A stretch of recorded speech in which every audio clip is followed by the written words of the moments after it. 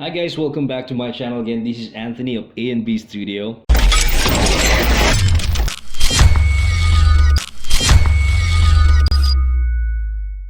So today guys, ituturo ko sa inyo on how to import media files on Filmora9. So para sa hindi pa nakakaalam, Filmora9 is a video editing software which I recommend na gamitin especially dun sa mga beginners. Sobrang dali lang kasi niyang gamitin guys. Unlike other video editing software na napaka-complex, napaka-complicated ng interface. This one, napaka-simple lang niya guys. Yung creator ng Filmora9, talagang ginawa nilang simple lang talaga yung interface para madali lang talaga siyang gamitin, especially dun sa talagang hindi naman pro when it comes to video editing. So ayan guys, meron ng new version ng Filmora9 which is the 9.1. I'm not sure kung meron ng 9.2 ngayon. So hindi ko pa siya ina-update for personal reason guys.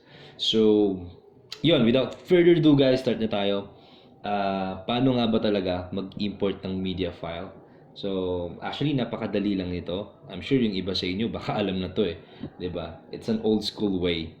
Pero for the sake dun sa mga hindi talaga tech savvy at hindi pa nakakaalam, let me show you on how to do it. So, ayun guys, dito tayo sa may upper left corner ng interface natin. Meron kayong mapapansin dyan. Of course, branding, which is the Filmora9. File, edit, tools, view, export, help. Of course, dito tayo sa may file.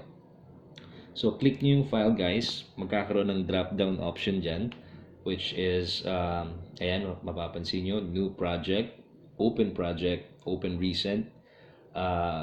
Dito tayo guys sa may import media. So hover nyo yung mouse dyan sa may import media, and then magkakaroon ng additional option sa may right side nya, which are yan, import media files, import a media folder. Yan. So kung yung video nyo guys is nasa certain folder, of course pipiliin nyo yung pangalawa guys. So dito muna tayo sa may first option. So click nyo yan. Once na-click nyo yan guys, magkakaroon ng additional or pop-up window. Or pop-up window, tama. So ayan. So pipili kayo dito. Halimbawa ito yung gusto nyong i-edit na video.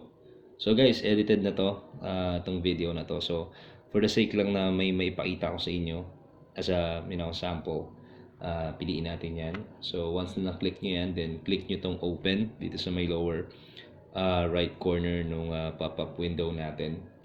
So once na na-click nyo yan, ayan na siya. So automatically guys, nandito na siya sa may media box ninyo. Pero hindi nyo pa siya pwedeng i-edit kasi nasa media box pa lang siya guys. So kailangan nyo muna siyang ilagay sa video timeline para ma-edit nyo siya. So maraming way kung paano siya ilagay sa video timeline. First, pwede nyo siyang i-grab. So since selected na siya, grab nyo lang siya dito sa may pinakababa. So ito yung first video timeline natin. So mapapansin nyo guys, ayan, i-grab ko muna siya dito. Don't change. Ayan. So paano ko nasabing video timeline guys? Ito, meron siyang symbol ng play dito or ng video. So ito kasi yung symbol ng video guys. Ayan. So dito sa may medyo baba niya, ayan, may symbol ng music or notes. Ayan. Para naman to sa music or sa background track na gusto nyong ilagay. So ayun guys. So ayun na siya. Nandito na siya sa timeline nyo, which you can edit it. Yan. So yun yung first option on how to put it on your timeline. Yung second option guys, Control Z lang natin.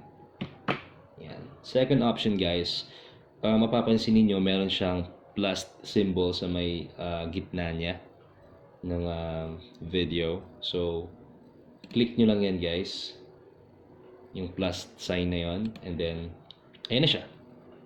So actually mas madali siya, 'di ba? Compare sa iga-grab mo pa. So, pwede rin yung plus sign na yun. So, isa yan sa mga way on how to put or import media file on Filmora9. So, meron ding mas madaling way para hindi nyo na siya hanapin. Kasi dito sa option na to guys, kagaya nung tinuro ko sa inyo kanina, pumunta kayo dito sa my file, and then import media, and then import media files. So, ayan. Siyempre, hahanapin nyo pa yung video ninyo. Ito kasi, naka-filtered siya from PC to local disk D, and then filmmaking 2. Naka-filtered siya, guys. So, let's say para mas madali siya, let's say yung video na i-edit nyo is nasa desktop nyo or nasa laptop ninyo. Nasa mismong screen siya, guys. Like, natin yan. Like ganito, guys. Ayan. So, pasensya na kayo, maraming medyo magulo yung desktop. Kailangan ko kasi talaga siyang ilagay sa mismong screen kasi hindi siya nababasa ni Filmora9 kapag nasa certain folder siya. Kapag ni-reopen mo siya. Halimbawa, kinlose nyo yung Filmora9 ninyo. Tapos, yung video na inedit ninyo is wala siya dito sa pinaka desktop ninyo. Nasa certain folder siya. So, nahihirapan minsan basahin si Filmora9. So, I recommend para mas madali, yung gusto nyong i-edit na video, ilagay nyo siya sa desktop or sa pinaka main screen ninyo para mas madali siyang basahin ni Filmora once na nag-run siya, nag-run yung system. So, ayan guys. So, let's say guys, ito yung video na napili ninyo guys. Ay, mahaba pala tong kong. Ito na lang. So guys, for example, ito yung napili ninyong video. Iga-grab nyo lang siya guys. Iga-grab nyo lang siya. Like ito. Palitin natin siya. For example guys, ito siya.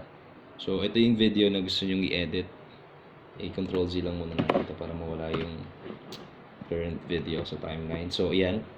So another option guys is iga-grab nyo siya directly dun sa pinaka first video timeline ninyo from your main screen. So ayan lang. 'Di ba? Mas pinasimple. Mas madali siya, guys. So I recommend kung meron kayong video na edit, lagay niyo sa main screen or sa may desktop ninyo mismo. Para at least mas madali siyang basahin. Once kasi na hindi niyo natapos yung pag-e-edit, let's say i-continue niyo siya later on or sa mga susunod pang mga araw, guys. So, of course, i-open nyo ulit si Filmora9 and then once na nag-run siya, mahihirapan siyang basahin yun kapag wala siya sa main screen. So, though may option naman on how to locate it, kaya lang, medyo additional task pa yun para sa inyo. So, ayun guys, sa ngayon yun lang muna. I hope nakatulong ako sa inyo guys. So, sa mga hindi pa nakasubscribe dyan guys and interesado kayo on how to video editing, subscribe lang kayo sa channel ko guys and marami akong ituturo sa inyong mga tricks and tips. And then hit the bell button to gray para at least ma-notify kayo whenever I uploaded new video or content guys. So again, thank you so much for your time. This is Anthony. See you in the next level. Signing off.